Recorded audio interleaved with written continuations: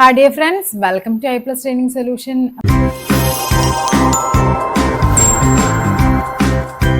അപ്പോൾ നമ്മൾ KTT 3യുടെ മാത്സിൻ്റെ 2025 ജൂണിൽ നടന്ന പരീക്ഷയുടെ ക്വസ്റ്റ്യൻ പേപ്പറാണ് നമ്മൾ ഡിസ്കസ് ചെയ്തുകൊണ്ടിരുന്നത്. ഓൾറെഡി പാർട്ട് 1 നിങ്ങൾ കണ്ടു കാണും. ഇനി അതിൻ്റെ പാർട്ട് 2 ആണ്.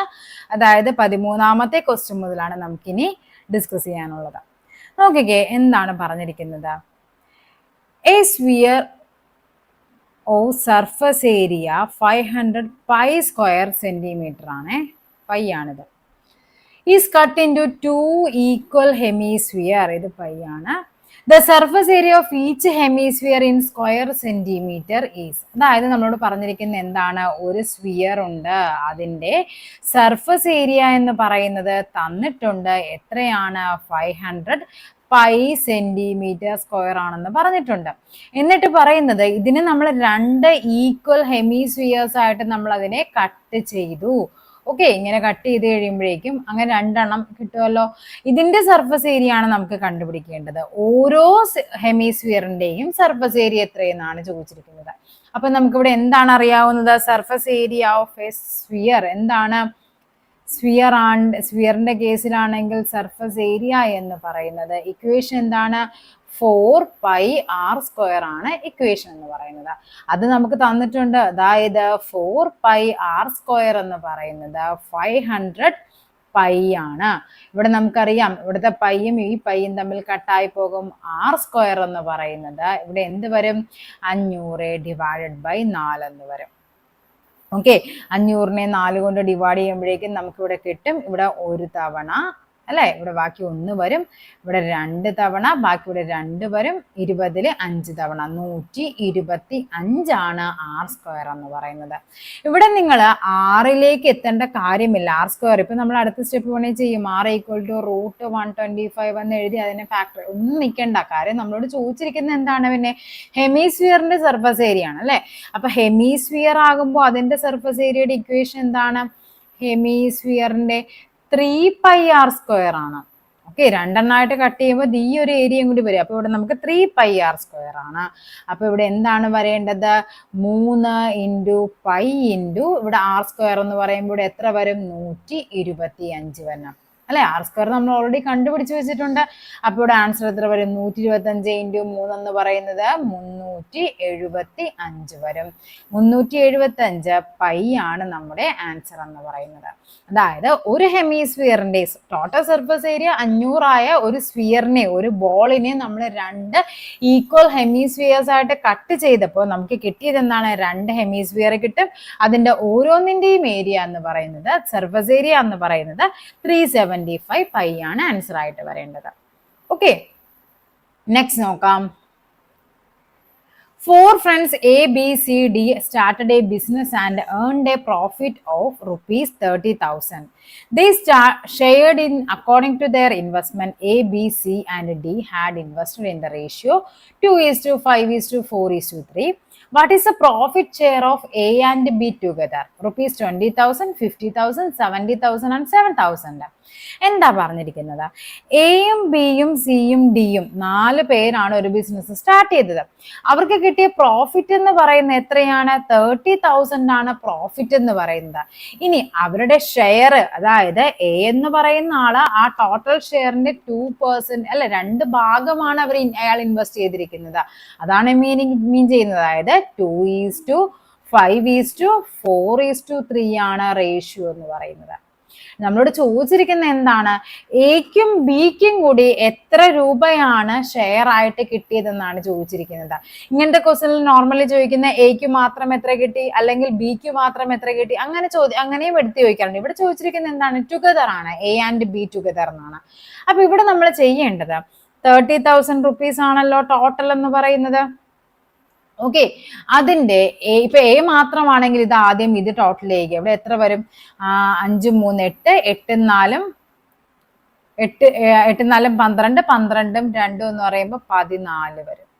ഓക്കെ, ഇതാണ് നമ്മുടെ ടോട്ടൽ എന്ന് പറയുന്നത്. അതായത് ടോട്ടലിൽ ഓരോരുത്തരുടെയും കണ്ടുപിടിക്കാൻ പറഞ്ഞാൽ എ മാത്രമാണെങ്കിൽ ഇവിടെ എന്ത് ചെയ്യണം, എയുടെ റേഷ്യോ ഇട്ട് കൊടുക്കണം. ബി മാത്രമാണെങ്കിൽ എന്ത് ചെയ്യണം, ബിയുടെ റേഷ്യോ 5 ഇട്ട് കൊടുക്കണം. സി മാത്രമാണെങ്കിൽ സിയുടെ റേഷ്യോ ഇട്ട് കൊടുക്കണം. നമ്മളോട് ചോദിച്ചിരിക്കുന്നത് എന്താണ്, എ ആൻഡ് ബി ടുഗദർ. അപ്പൊ എ ആൻഡ് ബി ആയിട്ട് വരുമ്പോഴേക്കും എത്ര വരും, 2ഉം 5ഉമാണ്. അതായത് 7 ആണ് എയുടെയും ബിയുടെയും ഷെയറിന്റെ പ്രോഫിറ്റ്, ആ ഒരു പ്രോഫിറ്റിന്റെ ഷെയർ എന്ന് പറയുന്നത്. അപ്പൊ ഇവിടെ എത്ര വരും ആൻസർ, ഇവിടെ 7 ചെയ്താൽ മതി. ഓക്കെ, ഇനി ഇത് തമ്മിൽ കട്ട് ചെയ്യാം. ഇതും കൂടി കട്ടായി പോകും. ഇവിടെ 1, ഇവിടെ 2 വരും. 2ഉം 30 കൂടി കട്ടാകും, 15. സോ ആൻസർ എത്ര വരും, 15,000 ആണ് നമ്മുടെ ആൻസർ എന്ന് പറയുന്നത്. ഓപ്ഷൻ ബി ആണ് എക്കും ബിക്കും കൂടി കിട്ടുന്ന ഷെയർ പ്രോഫിറ്റ് എന്ന് പറയുന്നത്. ഓക്കെ, ഇനി എ മാത്രമാണെങ്കിൽ നമ്മൾ എന്ത് ചെയ്തേനെ, സെയിം 30,000 ചെയ്യുക ഇൻറ്റു 2/14 ചെയ്യുക. ഇവിടെ ഇതുകൂടി കട്ടാകും, ഇവിടെ 7 വരും. പിന്നെ അതിനെ സിംപ്ലിഫൈ ചെയ്ത് വെച്ചാൽ മതി. സിയും ഡിയും ആണ് ചോദിച്ചിരുന്നെങ്കിലും സെയിം തന്നെ വന്നേനെ, 4, 3, 7 അല്ലേ, സെയിം. അവർക്കും എത്ര വന്നേനെ, സിക്കും ഡിയുടെയും കൂടി പ്രോഫിറ്റ് ഷെയർ ആണ് ചോദിച്ചിരുന്നെങ്കിൽ 15,000 വന്നേനെ. ഓക്കെ, നെക്സ്റ്റ് നോക്കാം. P of x equal to 2x square plus 4x minus 6 is a polynomial. For what number of x is P of x equal to 0?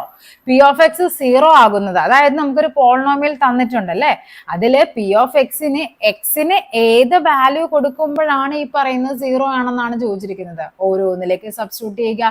ആദ്യം നമുക്ക് എന്ത് കണ്ടുപിടിക്കാം, P of 3 കണ്ടുപിടിക്കാം. P of 3 എന്ന് പറയുമ്പോൾ ഇവിടെ എന്ത് വരും, 2 into 3 square plus 4 into 3 minus 6 എന്ന് വരും. 2 അപ്പോൾ ഇവിടെ എന്ത് വരും, 2 into 9 plus 12 minus 6 എന്ന് വരും. 2 into 9 18 plus 12 minus 6 വരും. നോട്ട് ഈക്വൽ ടു 0 അല്ലെ, ഒരിക്കലും അത് 0യിലേക്ക് എത്തില്ല. നെക്സ്റ്റ് നമുക്ക് എന്ത് കണ്ടുപിടിക്കാം, P of 2 കണ്ടുപിടിക്കാം. P of 2 എന്ന് പറയുമ്പോൾ എന്ത് വരും, 2 into 2 square plus 4 into 2 minus 6 എന്ന് വരും. ഇവിടെ എന്ത് വരും, 2 into 4 plus 4 into 2 8 വരും, minus 6 എന്ന് വരും. അതായത് 8 plus 8 minus 6 എന്ന് വരും. ഇതും എന്താണ്, നോട്ട് ഈക്വൽ ടു 0 ആണ്. നെക്സ്റ്റ് നമുക്ക് കണ്ടുപിടിക്കേണ്ടത് എന്താണ്, P of -2 നോക്കുക. ഇവിടെ എന്ത് വരും, 2 into -2 the whole square plus 4 into -2 minus 6 എന്ന് വരും. സോ ഇവിടെ ആൻസർ എങ്ങനെയാണ് വരേണ്ടത്, 2 into 2ന്റെ സ്ക്വയർ എന്ന് പറയുന്നത് 4 ആണ്. അവിടെ നെഗറ്റീവിനോടെ വാല്യൂ അല്ലെ, നമ്മൾ പഠിച്ചിട്ടുണ്ട്. -1ന്റെ പവറിൽ ഓഡ് നമ്പർ ആണെങ്കിൽ ആൻസർ നെഗറ്റീവ് ആയിരിക്കും. നെഗറ്റീവിന്റെ പവറിൽ ഈവൻ നമ്പർ ആണെങ്കിൽ ആൻസർ പോസിറ്റീവ് ആയിരിക്കും.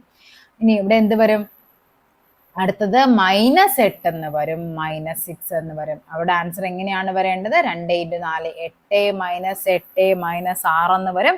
ഇവിടെ ആൻസർ ആയിട്ട് വരേണ്ടത് എത്രയാണ്, -6 വരും. അതും എന്താണ്, നോട്ട് ഈക്വൽ ടു 0 ആണ്. സോ ഒബ്വിയസ്ലി ആൻസർ എന്തായിരിക്കും, P of -3 എക്സിന് -3 ആയിരിക്കും. നമുക്ക് ഒന്ന് ചെക്ക് ചെയ്ത് നോക്കാം. P of -3. ഓക്കെ, ഇവിടെ എന്താണ് വരേണ്ടത്, 2 into -3 the whole square plus 4 into -3 -6 എന്ന് വരും. നോക്കാം, 2 into 3ന്റെ സ്ക്വയർ എന്ന് പറയുന്നത് 9 ആണ്, മൈനസ് 4 into 3 എന്ന് പറയുന്നത് 12 ആണ്, -6 എന്ന് വരും. 2 into 9 18 മൈനസ് 12 6 കൂടി കൂട്ടുമ്പോൾ 18 വരും. 18 - 18 എന്ന് പറയുന്നത് 0 ആണ് നമ്മുടെ ആൻസർ. കണ്ട, P of എക്സിന്, അതായത് എക്സിന് -3 എന്ന വാല്യൂ നമ്മൾ സബ്സ്റ്റിറ്റ്യൂട്ട് ചെയ്യുമ്പോഴാണ് എന്ത് കിട്ടുന്നത്, P of x എന്ന് പറയുന്നത് 0 ആയിട്ട് വരുന്നത്. അപ്പൊ നമ്മുടെ നെക്സ്റ്റ് ക്വസ്റ്റ്യൻ എന്താണ്, what number is X if mod x plus 2 equal to mod x - 5 എന്നാണ് പറഞ്ഞിരിക്കുന്നത്. ഇവിടെ നമുക്ക് നോർമലി നമുക്കറിയാവുന്ന കണ്ടീഷൻ എന്ന് പറയുന്നത് mod A equal to mod B ആകണമെങ്കിൽ എന്താണ്, എ ഈക്വൽ ടു ബി ആകണം, അല്ലെങ്കിൽ ഉള്ള കണ്ടീഷൻ എന്താണ്, എ ഈക്വൽ ടു -b ആകണം. അങ്ങനെയാണല്ലോ നമ്മൾ മോഡുലസ് എന്ന് പറയുന്നത്. അങ്ങനെയാണെങ്കിൽ നോക്കിക്കേ, ഇവിടെ എന്ത് വരും, ഒന്നുകിൽ x plus 2 equal to x - 5 ആകണം, അല്ലെങ്കിൽ x plus 2 equal to -x - 5 ആകണം. ഓക്കെ, അങ്ങനെയാണെങ്കിൽ ഇവിടെ എന്താണ് വരേണ്ടത്, ഇവിടെ എക്സും എക്സും ക്യാൻസൽ ആയപ്പോൾ ഇവിടെ എക്സിന് വാല്യൂ കിട്ടില്ല. സോ ഇതെന്ന് പറയുന്ന ഒരു ഇമ്പോസിബിൾ ആയിട്ടുള്ള ഒരു ഫംഗ്ഷൻ ആണ്. കണ്ട, ഇവിടെ എക്സും എക്സും ഒരേപോലെയാണ്, കട്ടായി പോകും. 2 ഈക്വൽ ടു -5 എന്ന് പറയും, അതെന്താണ് അല്ല, ഇമ്പോസിബിൾ ആണ്. ഇനി ഇവിടെ നോക്കിക്കേ, എക്സ് പ്ലസ് 2 ഈക്വൽ ടു ഇവിടെ എന്ത് വരും, -x പ്ലസ് 5 എന്ന് വരും. ഇനി 2x equal to 5 minus 2 X equal to 3/2 ആണ് ആൻസർ ആയിട്ട് വരേണ്ടത്. സോ എക്സിന്റെ വാല്യൂ എന്ന് പറയുന്നത് എന്താണ്, 3/2 ആണ്. ഓക്കെ, നെക്സ്റ്റ് നോക്കാം. A metallic cylinder of base radius 6 cm and height 16 cm is melted and recast into a sphere of radius 3 cm. The number of spheres that can be made. എന്താ പറഞ്ഞിരിക്കുന്നത്, ഒരു cylindrical ആണ് അല്ലെ shape. ഒരു cylindrical ഷേപ്പിലുള്ള ഒരു സിലിണ്ടറിൽ നിന്ന് നമ്മൾ എന്ത് ചെയ്യുവാണ്, ഇതാണ് നമ്മുടെ സിലിണ്ടർ. ഈ സിലിണ്ടറിന്റെ ബേസ് റേഡിയസ് പറഞ്ഞിട്ടുണ്ട് 6 ആണെന്ന് പറഞ്ഞിട്ടുണ്ട്. ഹൈറ്റ് എന്ന് പറയുന്നത് 16 ആണെന്നും പറഞ്ഞിട്ടുണ്ട്. ഇതിനെ നമ്മൾ മെൽറ്റ് ചെയ്ത് റീകാസ്റ്റ് ചെയ്യുവാണ് അല്ലെ. റീകാസ്റ്റ് ചെയ്യുമ്പോൾ ഉണ്ടാക്കുന്ന സ്ഫിയറിന്റെ റേഡിയസ് എന്ന് പറയുന്നത് 3 ആണെന്നും പറഞ്ഞിട്ടുണ്ട്. നമ്മളോട് ചോദിച്ചിരിക്കുന്നത് അങ്ങനെയുള്ള എത്ര സ്ഫിയർ നമുക്ക് ഇതിൽ നിന്ന് കൺസ്ട്രക്ട് ചെയ്യാൻ പറ്റുമെന്നാണ് ചോദിച്ചിരിക്കുന്നത്. അപ്പൊ അതെങ്ങനെയാണ് നമ്പർ എന്ന് പറയുന്നത്, അതായത് എപ്പോഴും അത് വോളിയത്തിന്റെ അല്ലെ വോളിയം ആയിരിക്കും. അതായത് വോളിയമോ സിലിണ്ടർ എന്ന് പറയുന്നത് n ഇൻറ്റു വോളിയമോ സ്ഫിയർ ആയിരിക്കും അല്ലെ. രണ്ടിന്റെയും ഇതിന്റെ ടോട്ടൽ വോളിയം എന്ന് പറയുന്നത് വോളിയമോ സിലിണ്ടർ എന്ന് പറയുന്നത് ഈക്വൽ ആയിരിക്കണം. നമുക്കിവിടെ നമ്പർ അല്ലേ കണ്ടുപിടിക്കേണ്ടത്. സോ മുകളിൽ എന്ത് വരണം, വോളിയമോ സിലിണ്ടർ വരണം. സിലിണ്ടർ ഡിവൈഡ് ബൈ വോളിയമോ സ്ഫിയർ ആണ് നമുക്ക് ചെയ്യേണ്ടത്. സിലിണ്ടറിന്റെ വോളിയം കണ്ടുപിടിക്കാനുള്ള ഇക്വേഷൻ നമുക്ക് എന്താണ്, πr², base area into height ആണല്ലോ വോളിയം എന്ന് പറയുന്നത്. അപ്പൊ ബേസ് ഏരിയ എന്ന് പറയുന്നത് πr² ആണ്. നമുക്ക് ഇവിടെ r നമുക്ക് ക്യാപിറ്റൽ ആക്കി കൊടുക്കാം. സിലിണ്ടറിന്റെ πr² h എന്ന് വരും. ഡിവൈഡ് ബൈ സ്ഫിയറിന്റെ റേഡിയസ് വോളിയം എന്ന് പറയുന്നത് എന്താണ്, 4/3 πr³ ആണ്. ഇവിടെ പയ്യും കട്ടായി പോകും. ഓക്കെ, ഇവിടുത്തെ 6 നമ്മൾ കട്ട് ചെയ്യാതിരിക്കാനാണ് ഇങ്ങനെ തന്നെ എഴുതുന്ന കാര്യം. രണ്ടിന്റെയും 6 എന്താണ് ഇവിടെ റേഡിയസ് വ്യത്യാസമാണ്. r² എന്ന് പറയുമ്പോൾ നമുക്ക് ഇവിടെ എന്ത് കിട്ടും, ബേസ് റേഡിയസ് 6 അല്ലേ. അപ്പൊ 6 ഇൻറ്റു 6 ഇൻറ്റു h എന്ന് പറയുന്ന ഹൈറ്റ് 16 ആണ്. Divided by 4/3. ഈ /3 നേരെ ഇപ്പുറം വരുമ്പോൾ മുകളിലോട്ട് വരും. 4 ഇൻറ്റു r³. സ്ഫിയറിന്റെ റേഡിയസ് എന്ന് പറയുന്ന 3 ആണല്ലോ. സോ ഇവിടെ എത്ര വരും, 3 ഇൻറ്റു 3 ഇൻറ്റു 3 ആണ് r³ എന്ന് പറയുന്നത്. ഓരോന്നും നമുക്ക് കട്ട് ചെയ്യാം. ഇതും കൂടി കട്ട് ചെയ്യുമ്പോൾ എത്ര വട്ടം, 4 തവണ പോകും. ഇവിടെ ഈ 3ഉം ഈ 6ഉം കൂടി കട്ട് ചെയ്ത് കളയാം. എത്ര തവണ, 2 തവണ. ഈ 3ഉം ഈ 6ഉം കൂടി കട്ട് ചെയ്ത് കളയാം 2 തവണ. ഇതും കൂടി കട്ടായി പോകും. എത്രയാണ്, 1 തവണ. അപ്പൊ 4 ഇൻറ്റു 2 8, 8 ഇൻറ്റു 2 16. സോ നമുക്ക് ഈ പറയുന്ന തന്നിരിക്കുന്ന ആ ഒരു സിലിണ്ടറിനെ നമ്മൾ മെൽറ്റ് ചെയ്ത് നമ്മളത് പുതിയൊരു സ്ഫിയേഴ്സ് ആയിട്ട് ഉണ്ടാക്കിയെടുക്കുമ്പോൾ എത്ര സ്ഫിയർ ഉണ്ടാക്കിയെടുക്കാൻ പറ്റും, 16 സ്ഫിയർ നമുക്ക് അതിൽ നിന്ന് കൺസ്ട്രക്ട് ചെയ്യാനായിട്ട് പറ്റും. സോ ഓപ്ഷൻ ഡി ആണ് നമ്മുടെ ആൻസർ ആയിട്ട് വരേണ്ടത്. ഓക്കെ, നെക്സ്റ്റ് നോക്കാം. A square pyramid of base edge 10 centimetre. Pyramid ആണ് പറഞ്ഞിരിക്കുന്നത്. പിരമിഡിന്റെ ബേസ് എഡ്ജ് തന്നിട്ടുണ്ട് 10 സെന്റിമീറ്റർ ആണെന്ന്. സ്ലാൻഡ് ഹൈറ്റ് തന്നിട്ടുണ്ട് 12 ആണെന്ന് പറഞ്ഞിട്ടുണ്ട്. Is made of paper. What are the length of the edges of the lateral face in centimetre. Length of edges ആണ് വേണ്ടത്, total ആണ് നമുക്ക് കണ്ടുപിടിക്കേണ്ടത്. അപ്പൊ ഇതാണ് നമ്മുടെ സ്ഫിയർ എന്ന് പറയുന്നത്. അല്ല, ഇതാണ് സ്ക്വയർ പിരമിഡ് ആണ് അല്ലെ, സ്ഫിയർ അല്ല സ്ക്വയർ പിരമിഡ്. അപ്പൊ അത് ഇവിടെ സ്ക്വയർ ആയിരിക്കും. ഇങ്ങനെയാണ് നമ്മുടെ ഇതിന് നമ്മൾ ജോയിൻ ചെയ്യുമ്പോഴാണ് നമുക്ക് എന്ത് കിട്ടുന്നത്, ഈ പറയുന്ന പിരമിഡ് കിട്ടുന്നത്. ഇതിന്റെ ബേസ് എഡ്ജ് തന്നിട്ടുണ്ട്. അതായത് ഇത് മൊത്തത്തിലാണ് ഈ പറയുന്ന ബേസ് എഡ്ജ് 10 ആണെന്ന് പറഞ്ഞിട്ടുണ്ട്. അങ്ങനെയാണ് എങ്കിൽ ഈ പകുതി എന്ന് പറയുന്നത് എത്രയായിരിക്കും, 5 ആയിരിക്കും. ഓക്കെ, നമുക്ക് ഈ ഹൈറ്റ് ആണ് നമുക്ക് വേണ്ടത്, ഈ എഡ്ജ് ആണ് നമുക്ക് വേണ്ടത്. എഡ്ജുകളെല്ലാം കൂടി കൂട്ടുമ്പോൾ കിട്ടുന്നത്. അപ്പൊ അവിടെ എന്തായിരിക്കും, ഇത് 10 ആയിരിക്കും വരേണ്ടത്. സോറി, ഇത് 5 ആണെങ്കിൽ ഇത് ടോട്ടൽ ഇവിടെ 5 ആണ്. ഇനി നമുക്ക് തന്നിരിക്കുന്നത് സ്ലാൻ ഹൈറ്റ് ആണ് പറഞ്ഞിരിക്കുന്നത്. സ്ലാൻ ഹൈറ്റ് എന്ന് പറയുന്നത് ഒരു പിരമിഡ് ഇങ്ങനെയാണെങ്കിൽ ഈ ഒരു സ്ലാൻ ഹൈറ്റ് എന്ന് പറയുന്നത് ഇങ്ങനെ ഒരു വശമാണ്. അപ്പൊ അത് ഈ തന്നിരിക്കുന്നതാണ് എന്താ, 12 എന്ന് പറയുന്നത്. ഓക്കെ, നമുക്ക് ഇങ്ങനെ ഒരു ഒരു റൈറ്റ് ആംഗിൾ ട്രയാങ്കിൾ കിട്ടും. ഇവിടെ എന്താണ്, ഇവിടെ 12 ആണ്, ഇവിടെ 5 ആണെന്ന് കിട്ടി. ഇങ്ങോട്ടേക്ക് ഉണ്ട് കേട്ടോ, മൊത്തത്തിലാണ് ഇവിടെ 5 വരുന്നത്. അപ്പൊ ഇത് 5, ഇത് 12, ഇത് 5 വരും. അങ്ങനെയാണെങ്കിൽ ഇവിടെ എന്തായിരിക്കും വരേണ്ടത്? അപ്പൊ പൈതഗോറസ് തിയറം നമുക്ക് അപ്ലൈ ചെയ്യാം. എന്താണ് ഹൈപ്പോട്ടന്യൂസ് സ്ക്വയർ എന്ന് പറയുന്നത്? എന്താണ്? Base square plus altitude square ആണ്. 12 സ്ക്വയർ പ്ലസ് 5 സ്ക്വയർ എന്ന് വരും. 12ന്റെ സ്ക്വയർ എന്ന് പറയുന്നത് 144 പ്ലസ് 25 വരും. അതായത് 169 വരും. 13 ആണ് എന്തെന്ന് പറയുന്നത്? ദി എഡ്ജ് എന്ന് പറയുന്നത് 13 ആണെന്ന് കിട്ടി. ഓക്കെ, അപ്പൊ നമുക്ക് എന്താണ് നമുക്ക് കണ്ടുപിടിക്കേണ്ടത്?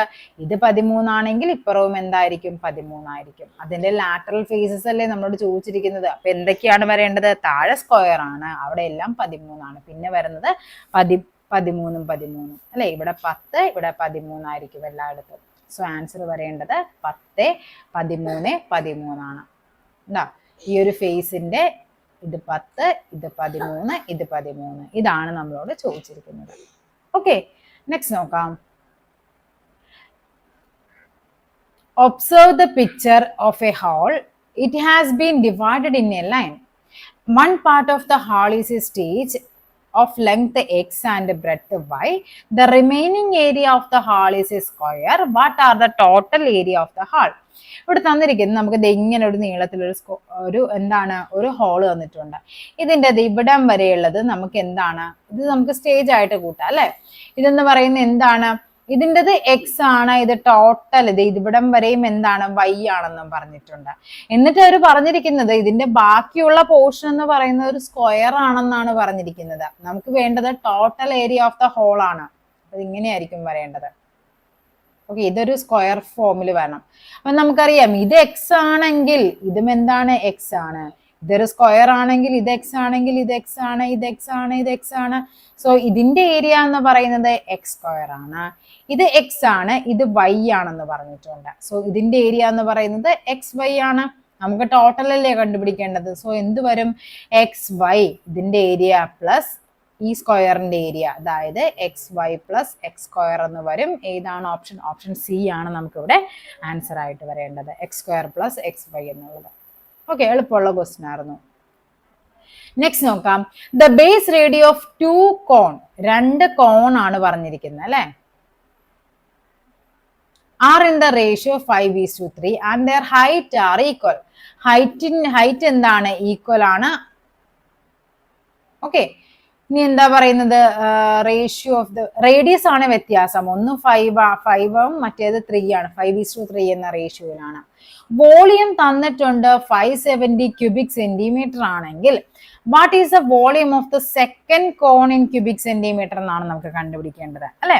അപ്പൊ റേഷ്യോ ഓഫ് ദ വോളിയം എന്ന് പറയുമ്പോൾ നമുക്കറിയാം V1 ഡിവൈഡ് ബൈ V2 ആണ് നമുക്ക് കണ്ടുപിടിക്കേണ്ടത്. നോക്കാം നമുക്ക്. V1 ബൈ V2 എന്ന് പറയുമ്പോൾ നമുക്കിവിടെ അറിയാം കോണിന്റെ ആയതുകൊണ്ട് 1/3 pi R1 square H divided by 1/3 pi R2 square H എന്ന് കൊടുക്കാം. കാര്യം ഇവിടെ റേഡിയസ് ആണ് വ്യത്യാസം, ഹൈറ്റ് ഈക്വൽ ആണെന്ന് അവർ ഓൾറെഡി പറഞ്ഞിട്ടുണ്ട്. സോ നമുക്ക് എന്ത് ചെയ്യാം? ഈ പൈയും ഈ 1/3 ഒക്കെ കട്ട് ചെയ്ത് കളയാം. ഒരേപോലെയുള്ളതെല്ലാം കട്ട് ചെയ്ത് കളഞ്ഞു. ഇനി ബാക്കി എന്തുണ്ട്? ഒരു R1 സ്ക്വയറും R2 സ്ക്വയറും മാത്രമേ ഉള്ളൂ. സോ ഇവിടെ V1 ഡിവൈഡ് ബൈ V2 എന്ന് പറയുന്നത് ഇവിടെ എന്ത് വരും? R1 square by R2 square എന്ന് വരും. ഇവിടെ നമുക്ക് R1ഉം R2വിനെയും നമുക്ക് 5ഉം 3 ആക്കി സബ്സ്റ്റിറ്റ്യൂട്ട് ചെയ്ത് കൊടുത്താൽ ഇവിടെ ഫസ്റ്റ് കോണിന്റെ വോളിയം നമുക്ക് തന്നിട്ടുണ്ട് 750 ആണെന്ന്. സോ ഇവിടെ എന്ത് വരും? 750 into 750 divide by V2 equal to R1 by R2, അതായത് 5 സ്ക്വയർ ഡിവൈഡ് ബൈ 3 സ്ക്വയർ എന്ന് വരും. അങ്ങനെയാണെങ്കിൽ ഇവിടെ എന്താ വരേണ്ടത്? 750 ഇൻറ്റു 3യുടെ സ്ക്വയർ എന്ന് പറയുമ്പോൾ 9 ഡിവൈഡ് ബൈ 25 എന്ന് പറയും. ഇവിടെ ഇതും കൂടി കട്ടായി പോകും. 25 75 3 തവണ 30 ഇൻറ്റു 9 എന്ന് പറയുന്നത് 270 ആണ്. So volume of the second cone എന്ന് പറയുന്നത് 275 ക്യൂബിക് സെന്റിമീറ്റർ ആണ്. ഓക്കെ, ഇൻ ക്യൂബിക് സെന്റിമീറ്ററിലാണ് ചോദിച്ചിരിക്കുന്നത്. ഓക്കെ ആണല്ലോ. നെക്സ്റ്റ് നോക്കാം. The equation of a line with slope 2/3 passes through the 3 and -2. അതായത് സ്ലോപ്പ് തന്നിട്ടുണ്ട്, എം തന്നിട്ടുണ്ട് നമുക്ക്. എന്നിട്ട് പറഞ്ഞിരിക്കുന്നത് ലൈൻ പാസ് ചെയ്യുന്ന ഒരു പോയിന്റ് തന്നിട്ടുണ്ട്, 3ഉം -2 ആണെന്ന്. ഇതിന്റെ ഇക്വേഷൻ ആണ് നമുക്ക് കണ്ടുപിടിക്കേണ്ടത് അല്ലെ. ഇക്വേഷൻ എങ്ങനെയാണ്? സ്ലോപ്പ് തന്നിട്ട് നമുക്ക് ഇക്വേഷൻ കണ്ടുപിടിക്കാൻ സ്ലോപ്പ് എന്ന് പറയുന്നത് 2/3 ആണ്. നമ്മൾ എന്താണ് ഇക്വേഷൻ പറയുന്നത്? y minus y1 divide by X minus x1 എന്ന് പറയുന്നത് m ആണ്. ഇതാണ് നമ്മുടെ സ്ലോപ്പിന്റെ ഇക്വേഷൻ എന്ന് പറയുന്നത്. അപ്പൊ നമുക്കിവിടെ റീഅറേഞ്ച് ചെയ്ത് നോക്കാം. ഇവിടെ പോയിന്റ് ഒന്ന് എക്സും വൈ ആക്കി എടുക്കാം, മറ്റേത് എന്താണ്? ഇതാണ് x1, ഇതാണ് y1. അങ്ങനെയാണെങ്കിൽ ഇവിടെ എന്ത് വരും? ഇവിടെ നമുക്ക് സബ്സ്റ്റിറ്റ്യൂട്ട് ചെയ്യുമ്പോൾ നമുക്കിവിടെ എന്ത് വരും? y മൈനസ് y1 എന്ന് പറയുന്നത് y1 എത്രയാണ്? y മൈനസ് y1 എന്ന് പറയുന്നത് -2 ആണ്, divided by X minus x1 എന്ന് പറയുമ്പോൾ എക്സ് -3 എന്ന് വരും, വിച്ച് ഈസ് ഈക്വൽ ടു 2/3 എന്ന് വരും. ഇവിടെ നമുക്ക് എങ്ങനെ വരും? y plus 2 divided by X -3 equal to 2/3 എന്ന് വരും. ക്രോസ് മൾട്ടിപ്ലൈ ചെയ്യുമ്പോൾ എന്ത് വരും? 3 into y plus 2 equal to 2 into X -3 എന്ന് വരും. അതായത് 3y plus 6 equal to 2x -6 എന്ന് വരും. ഓക്കെ, ഇനി എന്ത് ചെയ്യണം? നമ്മുടെ ഫോർമാറ്റിലേക്ക് എത്തിക്കണം. 2x എന്നുള്ളതാണല്ലേ വേണ്ടത്. അപ്പൊ നമുക്ക് എല്ലാത്തിനും ഇങ്ങോട്ടേക്ക് കൊണ്ടുവരാം. സോ ഇവിടെ എന്ത് വരും? 2x -6. ഇവിടെ എന്ത് വരും? ഇതിനിപ്പുറം വരുമ്പോൾ -3y ആകും, ഇതിപ്പുറം വരുമ്പോൾ -x ആകും. ഓക്കെ, നോക്കിക്കേ, 2x -3y -12 എന്ന് വരും, ഈക്വൽ ടു 0. ഇവിടെ നമുക്ക് വരേണ്ടത് 2x -3y ഈക്വൽ ടു 12 എന്ന് വരും. ഇതാണ് നമ്മുടെ ഇക്വേഷൻ. ഏത് വരും? അപ്പോൾ ഓപ്ഷൻ ഡി ആണ് നമുക്ക് ആൻസർ ആയിട്ട് വരേണ്ടത്. Option D, 2x -3y equal to 12 ആണ് ആൻസർ എന്ന് പറയുന്നത്. നെക്സ്റ്റ് നോക്കാം. The sum of the factors of 12 is equal to 12ന്റെ factors എന്ന് പറയുമ്പോൾ ഏതൊക്കെയാണ് 12ന്റെ ഫാക്ടേഴ്സ്? 1 വരും, 2 വരും അല്ലെ. ഫാക്ടേഴ്സ് നമുക്ക് 12 നമുക്ക് എങ്ങനെയൊക്കെ എഴുതാം? 1 ഇൻറ്റു 12 എന്ന് എഴുതാം, 2 ഇൻറ്റു 6 എന്ന് എഴുതാം, 3 ഇൻറ്റു 4 എന്ന് എഴുതാം. പിന്നെ എന്ത് വരും? 6 ഇൻറ്റു 2 അടുത്ത് വരും. പിന്നെ ഏതാണ് വരേണ്ടത്? ഇത്രയും അല്ലേ ഫാക്ടേഴ്സ് വരുന്നത്. അപ്പോൾ ഇവിടെ 1 ഉണ്ട്, 2 ഉണ്ട്, 3 ഉണ്ട്, 4 ഉണ്ട്, 6 ഉണ്ട്, 12 ഉണ്ട്. ഫാക്ടേഴ്സിന്റെ എല്ലാത്തിൻ്റെയും കൂടി സമ്മാണ് ചോദിച്ചിരിക്കുന്നത്. 6 4 10 വരും, 10 5 15, 15ഉം 12ഉം 27, 27ഉം 1ഉം 28. സോ ഫാക്ടേഴ്സിന്റെ സം എന്ന് പറയുന്നത് ഓപ്ഷൻ ബി 28 ആണ് ആൻസർ ആയിട്ട് വരേണ്ടത്. ഓക്കെ, നെക്സ്റ്റ് നോക്കാം. A semicircular sector of radius 16 centimeter is rolled into a cone. To make a cone, what is the base radius of the cone? അതായത് പറഞ്ഞിരിക്കുന്നത് ഒരു സെമി സർക്കുലർ സർക്കിൾ ആണ്, sector ആണ് പറഞ്ഞിരിക്കുന്നത്. അതിന്റെ റേഡിയസ് എന്ന് പറയുന്നത് 16 ആണെന്ന് നമുക്കറിയാം. എന്നിട്ട് പറഞ്ഞിരിക്കുന്നത് അതുകൊണ്ട് നമ്മൾ എന്തുണ്ടാക്കുവാണ്? ഒരു കോണ് കൺസ്ട്രക്ട് ചെയ്യുവാണ്. അതിന്റെ റേഡിയസ് ആണ് നമുക്ക് കണ്ടുപിടിക്കേണ്ടത് അല്ലെ. അതായത് നമ്മൾ ഈ പറയുന്ന ഈ സർക്കിളിന്റെ റേഡിയസ് എന്ന് പറയുന്നത്, ഇതുകൊണ്ട് നിങ്ങൾ ജസ്റ്റ് ഒന്ന് ഇമാജിൻ ചെയ്ത് നോക്കിക്കേ, ഒരു കോൺ ഇങ്ങനെ കൺസ്ട്രക്ട് ചെയ്യുമ്പോൾ ഈ റേഡിയസ് എന്ന് പറയുന്ന എന്തായിരിക്കും? അത് കോണിന്റെ എന്താണ്? സ്ലാൻഡ് ഹൈറ്റ് ആയിട്ട് വരും. അതിനെയാണ് നമ്മൾ എന്ത് പറയുന്നത്? സർക്കിളിന്റെ റേഡിയസ് എന്ന് പറയുന്നത്. നമുക്ക് കിട്ടും സ്ലാൻഡ് ഹൈറ്റ് എന്ന് പറയുന്നത് 16 ആണെന്ന് കിട്ടി. സ്ലാൻഡ് ഹൈറ്റ് 16 ആണെന്ന് നമുക്കറിയാം.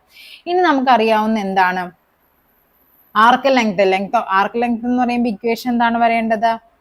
ആർക്ക് ലെങ്ത് നമുക്കറിയാം ഒരു സർക്കിൾ ആണ്, ഇത് ഫുൾ ഒരു സർക്കിൾ ആണ് എങ്കിൽ ഇതിന്റെ ടോട്ടൽ പെരിമീറ്റർ എന്ന് പറയുന്നത് എന്താണ് വരേണ്ടത്? 2πr അല്ലേ. ഇത് അതിന്റെ പകുതിയെ വരുന്നുള്ളൂ. അപ്പൊ നമുക്ക് അവിടെ എന്ത് വരും? ആർക്ക് ലെങ്ത് എന്ന് പറയുന്നത് πr ആണെന്ന് നമുക്കറിയാം. ഓക്കെ, അപ്പൊ πr എന്ന് പറയുമ്പോൾ 16 π ആണ്. 16 ഇൻറ്റു π ആണ് ഇതിന്റെ ആർക്ക് ലെങ്ത് എന്ന് പറയുന്നത്. ഇനി നമുക്ക് കണ്ടുപിടിക്കേണ്ടത് ഇതിന്റെ സ്ലാൻഡ് ഹൈറ്റ് വെച്ചിട്ടാണല്ലോ. അപ്പൊ ഇത് ഈ കോണിന്റെ, അതായത് ഈ കോണിന്റെ ഈ ആർക്ക് ലെങ്ത് എന്ന് പറയുന്ന ഈ പകുതിയില്ലേ, ഈ ആർക്ക് ലെങ്ത് എന്ന് പറയുന്ന ഇത്രയും സാധനം എന്ന് പറയുന്നത് നമുക്ക് എന്താണ്? ഇത് നമ്മളൊരു കോൺ ആക്കുമ്പോൾ ഈ കോണിന്റെ താഴെ വരുന്നത് ഇങ്ങനെയാണല്ലോ കോണ് വരേണ്ടത്. ഈ ഒരു പോർഷനാണ് നമ്മുടെ ഈ പകുതി എന്ന് പറയുന്നത്. അപ്പൊ നമുക്കറിയാം ഇതിന്റെ സർക്കിളിന്റെ, കോണിലേക്ക് വരുമ്പോൾ സർക്കിളിന്റെ 2πr ആർക്ക് ലെങ്ത് എന്താണ്? ബേസ് പെരിമീറ്റർ എന്ന് പറയുന്നത് ഇതിന്റെ ആർക്ക് ലെങ്തിനോട് ഈക്വൽ ആയിരിക്കും.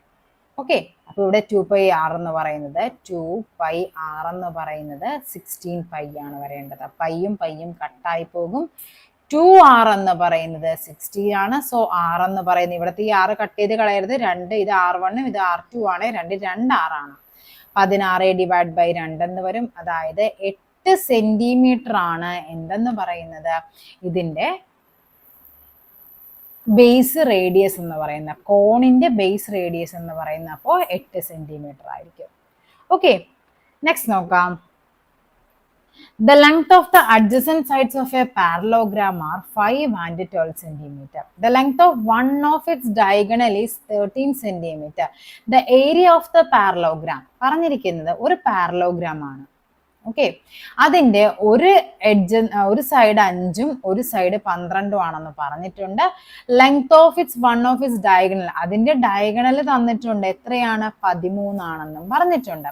നമുക്ക് കണ്ടുപിടിക്കേണ്ടത് പാരലോഗ്രാമിന്റെ ഏരിയ ആണ്. ഏരിയ ഓഫ് ദ പാരലോഗ്രാം എന്ന് പറയുമ്പോൾ ശരിക്കും D1 × D2 ആണ് അല്ലെ നമ്മൾ ചെയ്യേണ്ടത്. ഇനി ഇവിടെ നോക്കിക്കേ, ഇത് 12, ഇത് 5, ഇത് 13 എന്ന് പറയുന്നത് നമ്മൾ പഠിച്ചിട്ടുണ്ട്. ഇത് മൂന്നും എന്താണ്? പൈതഗോറിയൻ ട്രിപ്ലറ്റ്സ് ആണ് അല്ലെ.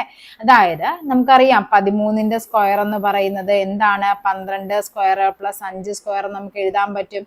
144 പ്ലസ് 25 എന്ന് പറയുന്നത് 169 ആണ്. 13ന്റെ സ്ക്വയർ ആണ്. അങ്ങനെ കിട്ടണമെങ്കിൽ, അത് പൈതഗോറിയൻ ട്രിപ്ലറ്റ്സ് ആകണമെങ്കിൽ ഈ തന്നിരിക്കുന്ന പാരലോഗ്രാം എന്ന് പറയുന്നത് എന്തായിരിക്കണം? ഒരു റെക്റ്റാങ്കിൾ ആയിരിക്കണം. ഓക്കെ, അപ്പൊ റെക്റ്റാങ്കിളിന്റെ ഒരു സൈഡ് 12, ഒരു സൈഡ് 5, അങ്ങനെയാണ് ഈ സൈഡ് 13 ആകുള്ളൂ. 12 × 5 നമുക്കറിയാം എന്താണ്? അതിന്റെ ഏരിയ അല്ലേ കണ്ടുപിടിക്കേണ്ടതാ. സോ ആ പാരലോഗ്രാമിന്റെ ഏരിയ എന്ന് പറയുന്നത് 12 × 5 ആണ്. അതായത് 60 സെന്റിമീറ്റർ സ്ക്വയർ ആണ് എന്തെന്ന് പറയുന്നത് ഈ പാരലോഗ്രാമിന്റെ ഏരിയ എന്ന് പറയുന്നത്. 60 centimetre square. Okay, option D ആണ് ആൻസർ ആയിട്ട് വരേണ്ടത്. നെക്സ്റ്റ് നോക്കാം.